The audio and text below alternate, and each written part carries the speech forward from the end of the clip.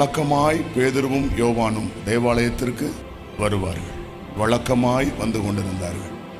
அன்று வழக்கத்திற்கு மாறாக ஒன்று நடந்தது. பிறவி சப்பானி எழுந்து நடந்து நின்று குதித்து தேவனை மகிமைப்படுத்தினான். தேவநாம மகிமைப்பட்டது. 5000 பேர் சபையில் சேர்க்கப்பட்டார்கள்.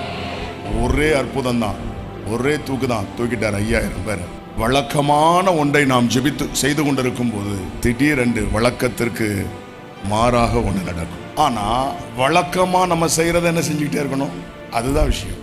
வழக்கமா வேதம் வாசிக்கிறது, வழக்கமா ஜெபம் பண்றது, வழக்கமா ஆராதிக்கிறது, வழக்கமா ஆலயத்துக்கு வர்றது, இதெல்லாம் என்ன செஞ்சிட்டு இருக்கணும்.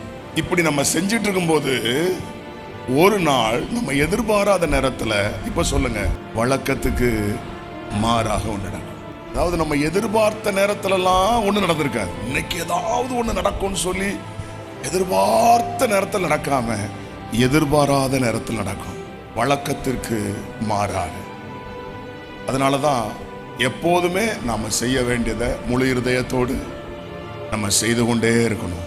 தேவனை துதிப்பது, ஆராதிப்பது, ஜெபிப்பது, ஆலயத்துக்கு வருவது, உபவாசிப்பது, வழக்கத்திற்கு மாறாக தேவன் ஒன்றை செய்வார்.